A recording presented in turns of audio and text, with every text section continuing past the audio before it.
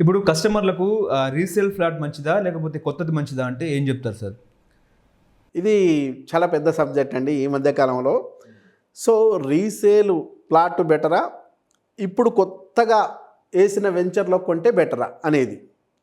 So customer అంటే దీన్ని బాగా గుర్తుపెట్టుకోవాల్సిన అంశం ఏంటంటే, ఇప్పుడు ఒక కారు తీసుకున్నాను నేను, దాన్ని మళ్ళీ రీసేల్ చేయాలా, ఖచ్చితంగా రేటు తగ్గుతుంది. మరోసారి చేయాలి, ఇంకా రేటు తగ్గుతుంది. అట్లా 4-5 టైమ్స్ చేస్తే కొనే పరిస్థితి కూడా లేకుండా పోయి జీరోకి వచ్చేస్తుంది. కానీ ప్లాటు విషయంలో సెకండ్ హ్యాండ్ ఉండదు. ప్రపంచంలో ఏదైనా సెకండ్ హ్యాండ్ అవుతుంది, కానీ భూమి ఎప్పటికీ నిత్య నూతనంగానే ఉంటుంది. దాని మీద ప్లాట్ మీద కట్టిన ఇల్లు సెకండ్ హ్యాండ్ అవుతుందేమో తప్ప ఇంటి కింద ఉన్న భూమి ఏ రోజు సెకండ్ హ్యాండ్ కాదు. సో మీరు ఈరోజు సూటిగా కొత్తది బెటరా పాతది బెటరా అనుకుంటే, డెఫినెట్గా కొత్త ప్లాట్ కంటే కూడా పాత ప్లాటు రీసేల్ ప్లాటే చాలా చాలా చాలా బెటర్. ఎందుకంటే మీకు పాత ప్లాట్ అనేది ఉందో ఆ ప్లాట్ అయినా ఇప్పుడు కొత్త ప్లాట్ అయినా భూమి అంటే ఎకరా రేటు మీద డిపెండ్ అయ్యే దాని ధర నిర్ణయించబడుతుంది. అంటే నీకు పాత ప్లాట్ అయితే అనుకుంటున్నావో ఆ రోజు అక్కడ ఉన్న ఎకరా 15 లక్షలు మాత్రమే. 15 లక్షలు ఎకరా రేటు ఉన్నప్పుడు ప్లాట్ అమ్మితే అప్పుడు 150 గజాల ప్లాటుకో 100 గజాల ప్లాటుకో మహా అనుకుంటే 2-3 లక్షల్లోనే ప్లాట్ వస్తుంది. ఇది 15 సంవత్సరాల క్రితం జరిగినది. ఇప్పుడు కొత్తగా వేసే ప్లాటు అంటే ఎకరా దాదాపు 1,50,00,000 ఉంది. అంటే 1.5 CR ఉన్నప్పుడు ఈ పెరిగిన ఎకరా మీద డిపెండ్ అయ్యే మళ్ళీ ప్లాట్ రేటు నిర్ణయిస్తారు. అంటే ఈ ప్లాట్ ధర ఇప్పుడు గజం తక్కువలో తక్కువ 15,000 పర్ స్క్వేర్ యార్డ్ పెట్టాల్సి ఉంటుంది. అంటే జస్ట్ 100 గజాల ప్లాట్ తీసుకోవాలనుకుంటే కూడా 15 lakhs అవుతుంది. అప్పుడు 100 గజాల ప్లాటు 1,50,000 వస్తే ఇప్పుడు 15 లక్షలు వస్తుంది.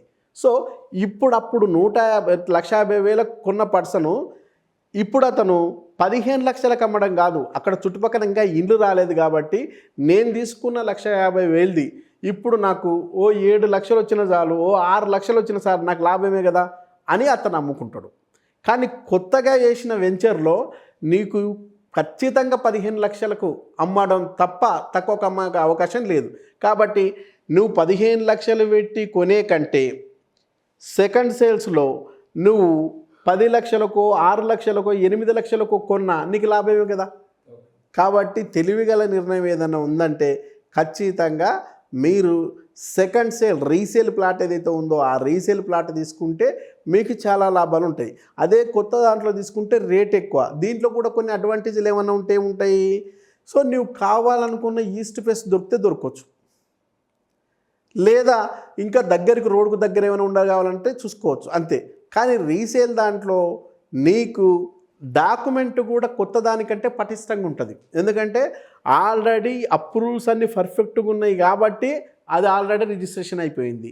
ఇప్పుడు నీకు రిజిస్ట్రేషన్ కావాలంటే జస్ట్ నేమ్ చేంజ్ చేసుకోవడమే. కానీ కొత్త సేల్స్లో అది కాదు, అది ఫ్రీలాన్స్ అయి ఉందనుకో ఇంకా చాలా ప్రాబ్లమ్స్. తర్వాత నీకు అప్రూవల్స్ కూడా వస్తాయని చెప్పి ఏదైనా అప్రూవల్ రాలేదనుకో ఇంకా ప్రాబ్లం ఉండొచ్చు.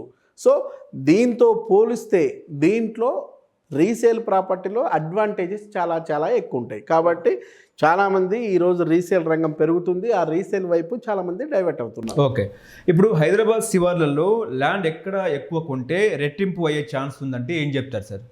ఖచ్చితంగా ఇప్పుడున్న వాటిలో ప్రధానంగా ల్యాండ్ రేట్లు అందుబాటులో ఉండి భవిష్యత్తులో ఎక్కువ లాభదాయకంగా వచ్చే అవకాశాల్లో ఉన్న వాటిలో బెంగళూరు హైవే టాప్. బెంగళూరు హైవేలో కూడా షాద్నగర్ అనేది అత్యంత వేగవంతంగా అభివృద్ధి చెందడానికి అవకాశాలు ఉన్నాయి. ప్రధానంగా వాటిలో దానికి ఉన్న అడ్వాంటేజ్ల్లో రోడ్ కనెక్టివిటీ చాలా చాలా హ్యాపీగా ఉంది.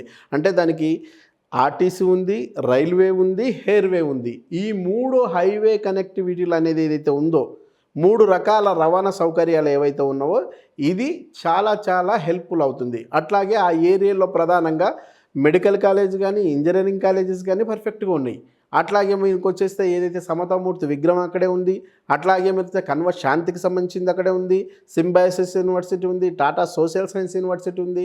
అట్లాగే ఇవి కాకుండా మళ్ళీ ఇంటర్నేషనల్ కంపెనీల విషయానికి వస్తే అక్కడే మీకు జాన్సన్ అండ్ జాన్సన్ కానీ, పిఎన్జీ కానీ, ఏషియన్ పెయింట్ కానీ, అట్లాగే నాట్కో ఫార్మ్ కానీ ఎంఎస్ ఫార్మ్ కానీ, దీంతో పాటు పక్కకే ఇంకొంచెం ముందుకెళ్తే మైక్రోసాఫ్ట్ డేటా సెంటర్లు 3 ఉన్నాయి. అక్కడ ఎలికట్ట దగ్గర అక్కడ ఉంది, అట్లాగే మేకగూడ దగ్గర ఉంది, అట్లా షాబాద్ దగ్గర కూడా హైదరాబాద్ ఏదైతే ఉందో అక్కడ కూడా మేరకు ఉన్నాయి. ఇవి కాకుండా అమెజాన్ డేటా సెంటర్స్ అక్కడే ఉన్నాయి. ఆ పక్కనే ఎలక్ట్రిసిటీ సెజ్ ఉంది. ఆ పక్కనే మళ్ళీ మీకు జూ పార్క్ కూడా వచ్చేసింది. అట్లాగే మీకు ఇంకొంచెం ముందుకు పోతే బాలానగర్ దగ్గర హైదరాబాద్లో ఉన్న జీడిమెట్ల, షామీర్పేట, కాటిదాన్, సనత్ నగర్, విఎస్టీ, అజంబాద్కు సంబంధించిన అన్ని కంపెనీలన్నీ కూడా ఆ బాలానగర్ 6,000 ఎకరాల సెజ్జులో ఉంది. అట్లాగే మనకు బూరుగుల ఐఎస్ఓ ఏదైతే బూరుగుల రామకృష్ణరావు హైదరాబాద్ ఫస్ట్ సీఎం ఉన్నాడో ఆయనకు సంబంధించిన విలేజ్లో కూడా దాదాపు 748 ఎకరాల్లో స్మాల్ స్కేల్ ఇండస్ట్రీ వచ్చింది. ఏదైతే కాటన్కి దానికి సంబంధించిన ఇండస్ట్రీ అంతా వచ్చింది. అట్లాగే చటాన్పల్లి దగ్గర వచ్చేసింది. ఆ పక్కనే హల్దీరామ్కి సంబంధించింది. అట్లాగే మెర్జ్ స్టోన్ ఉంది. ఇంకొంచెం ముందుకు పోతే ఏదైతే మనకు షాద్నగర్కి పోతున్న రూట్లో 7 ఈ పాత ఏదైతే NH7 ఉందో ఆ రూట్లో కూడా కొత్తూరు ఇండస్ట్రీ అంతా పెద్ద ఎత్తున ఉంది. అక్కడి నుంచి ఇంకా కొంచెం ముందుకు పోతే ముదిరెడ్డిపల్లి దగ్గర చాలా ఇంపార్టెంట్ కంపెనీస్ అన్నీ కూడా వచ్చినాయి. అట్లాగే ఇంకొంచెం ముందుకు పోతే మనకు రాజాపూర్, పోలేపల్లి సెజ్ అంటారు. అక్కడ మీకు మొత్తం కూడా ఫార్మసిటీ అంటే డాక్టర్ రెడ్డీస్ కానీ, అరబిందో కానీ, ఎటిరో కానీ, మైలాన్, సుసైన్, సన్ఫార్మా, జీవీకే, జిఎంఆర్ లాంటి కంపెనీలు కూడా వచ్చేసి ఉన్నాయి. అట్లాగే ఇంకొంచెం ముందుకు పోతే కేశంపేటకు పోయే రోడ్ అంటే ఆమనగల్లు, కందుకూరు, కల్వకుర్తి, శ్రీశైలం పోయే హైవేలో కూడా మీకు దత్తాయిపల్లి అట్లాగే ఆ ఏరియాలో కూడా విపరీతమైన కంపెనీస్ వచ్చేస్తున్నాయి. సో ఆ పక్కనే మీకు రీజనల్ రింగ్ రోడ్ ఇప్పుడు ఏదైతే మనం RRR అనుకుంటున్నామో రీజనల్ రింగ్ రోడ్ కనెక్టివిటీ కూడా చాలా ఉంది. సో ఈ బేస్లో చూసుకుంటే వచ్చే 10 సంవత్సరాల్లో దాదాపు ఒక షాద్నగర్ ఏరియాలో 12 లక్షల మందికి ఎంప్లాయ్మెంట్ వస్తుంది. 12 లక్షల మంది ఎంప్లాయీ డైరెక్ట్గా వస్తే ఇంటికి 3 చొప్పున లెక్క పెట్టుకున్న 4 చొప్పున లెక్క పెట్టుకున్న 48 లక్షల మంది పెరుగుతున్నారు. సో వాళ్ళ మీద మళ్ళీ ప్రత్యక్షంగా కాకుండా పరోక్షంగా బతికే వాళ్ళ సంఖ్య అంటే ఒక ఎంప్లాయీ మీద డిపెండ్ అయ్యి 10 మంది బతుకుతారు. అంటే టీ ఓడనో, టిఫిన్ ఓడనో, లేకపోతే కిరాణా షాప్ అని చెప్పేసి బట్టల షాప్ అని ఇవన్నీ లెక్క పెట్టుకుంటే 1:10 లెక్క పెట్టుకుంటే కూడా దాదాపు మీకు 1 కోటికి పైగా జనాభా పెరిగే ఏకైక ప్రాంతం ఏదన్నా ఉందంటే బెంగళూరు షాద్నగర్ హైవే. సో ఈ బేస్లో చూసుకున్నప్పుడు చాలా చాలా డెవలప్ అయ్యే ఏరియాల్లో ఒకటి బెంగళూరు హైవే ఉంది. తర్వాత వచ్చేస్తే మనకు ఏదైతే ముంబై హైవే ఉందో ముంబై హైవేలో మనకు ఏదైతే మోకిళ్ళ లేదా శంకర్పల్లి, సంగారెడ్డి ఈ బెల్ట్ కూడా బాగా పెరిగే ఛాయిస్ వస్తుంది. ఆ తర్వాత వచ్చేస్తే కూడా మీకు మేడ్చల్ ఏదైతే ఉందో మేడ్చల్ ప్రాంతం కూడా బాగా పెరిగే అవకాశాలు ఉన్నాయి.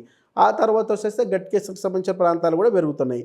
దీంతోపాటు మనకి ఇప్పుడు ఈ మధ్య కాలంలో కొంత ఫార్మాసిటీ ఈ గవర్నమెంట్ గందరగోళమైన ప్రకటనలు ఇచ్చిన నేపథ్యంలో ఫార్మాసిటీ కొంచెం స్తబ్దతకు గురై ఉంది. కానీ ఆ ఏరియా కూడా ఏదైతే ఇప్పుడు ఆల్రెడీ మనకు కందుకూరు వరకు పెరిగి ఉంది. ఏదైతే తుక్కుగూడ నుంచి మనం తీసుకుంటే, మంకాల నుంచి తీసుకుంటే, లేదా మహేశ్వరం వైపు నుంచి తీసుకుంటే, సో ఆ ప్రాంతం కూడా శ్రీశైలం హైవే అట్లాగే మనకు ఆమనగల్లు వరకు కూడా పెరిగే ఛాన్సెస్ ఉన్నాయి. సో మొత్తంగా ఓవరాల్గా ఎటు చూసినా హైదరాబాదు బ్రహ్మాండంగా దిశ నిర్దేశం చేసి పెంచడానికి స్కోప్ వచ్చేసింది. వీటిలో ది బెస్ట్గా నిలబడేది మాత్రం షాద్నగర్ అనేది నా అభిప్రాయం.